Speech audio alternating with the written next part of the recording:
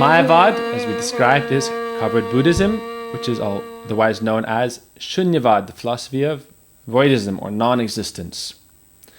They claim there is no such thing as God, it is just imagination. The Mayavadis are more dangerous because they say, oh, there is a God, there is a Brahman, it's not all false, but that Brahman is formless, he has no qualities, and we are one with that. It's just another way of saying we are all God or not, there is no God.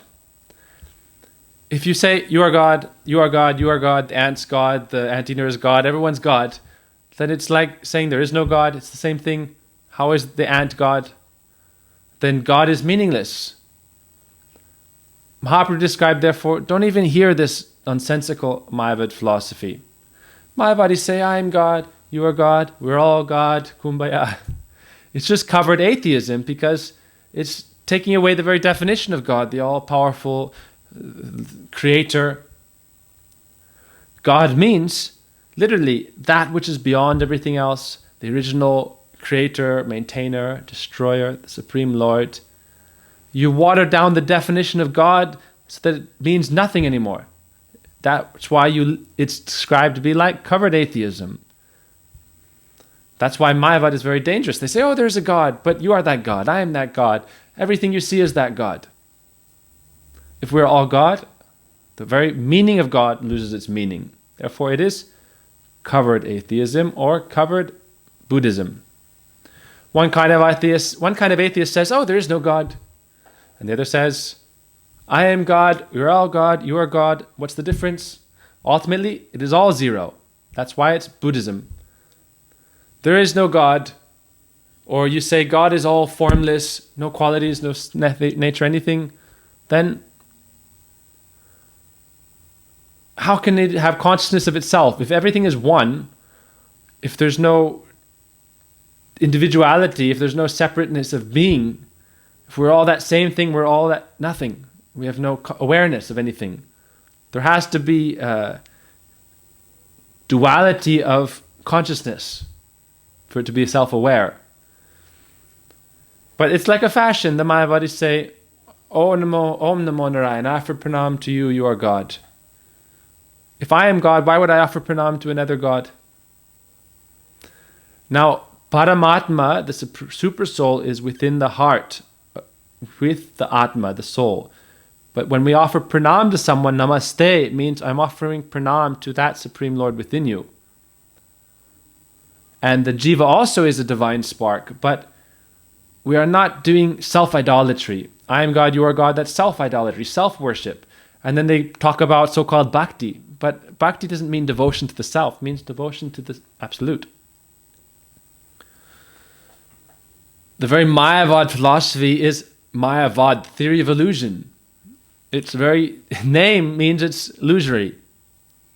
They're trying to establish the concept of Maya, but in the Mayavad teachings, they're not able to establish it as either existent or non-existent. The Vivartavadis say Maya is just illusion, it doesn't exist. And the Brahma Parinamvadis say that Maya is a transformation of Brahman, but how can the higher thing come under the influence of the lower thing? They say we are God, but we have forgotten this. We have covered ourselves by Maya. But if we are that supreme spirit ourselves, how can we become covered by illusion, which is ultimately false? How can truth be covered over by something that is pure ignorance or pure illusion? How can the shadow cover over the sun?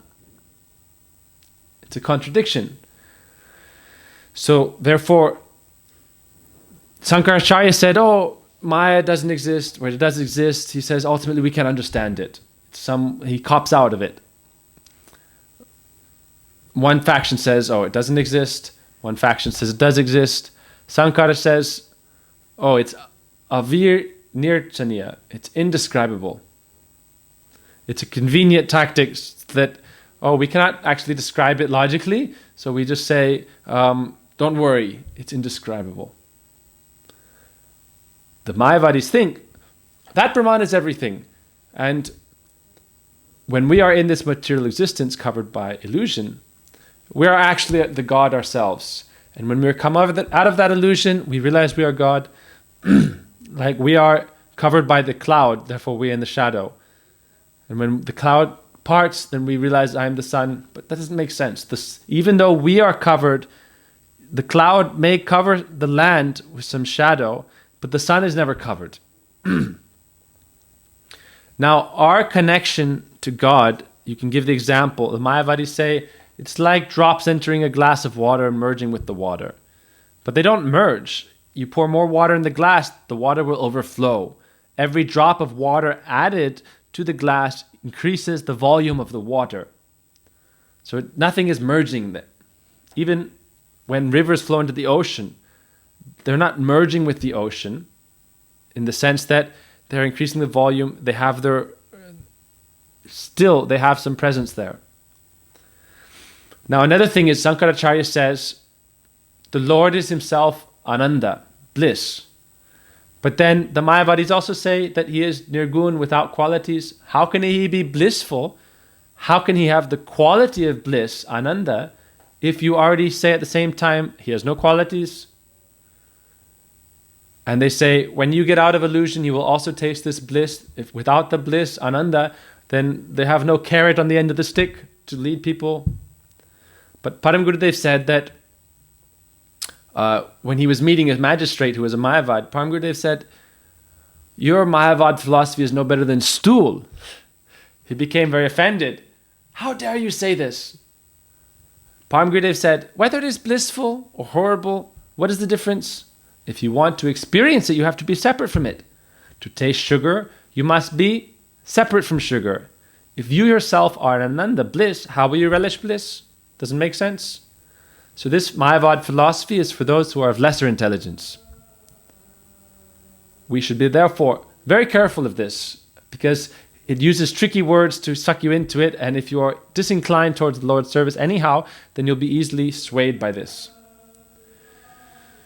For those who don't believe and don't want to take shelter of bhakti and Krishna, then they take shelter of this foolish philosophy, and then like a dream they say, I'm God, I'm God. But it's just a fantasy. You can never achieve that state. Like many people say, oh, I am Vishnu. I am that, Supreme Lord. Gurudev completely smashed this. Once there was a Mayavadi who came to Gurudev's temple, Keshaji Gaudiya Mat. He was saying, oh, I am Vishnu, I am God. Why are you worshipping this God on the altar? Gurudev said, oh, Prabhuji, bring a log of wood burning from the fire. They were next to the kitchen. The temple and the kitchen are nearby there. And so Gurudev said, oh, bring this burning fire log from the kitchen, from the stove, and give it to this Mayavadi. Tell him, oh, you say you are Krishna? Well, Krishna is famous for swallowing the forest fire and saving the cows and calves. So show us that you are Krishna. At least you can swallow this burning log. And Gurudev brought it forward to him, and then he became immediately afraid, shaking. He ran out of the temple. So this is like the Mayavadis. They talk a good talk, but this so-called I am God is all just nonsense. It's completely against the real teachings of the Vedic scriptures. So thank you for watching. We will continue this series in the next video, which will be released tomorrow. So stay tuned, subscribe, share with your friends. It will be very helpful. Hare Krishna.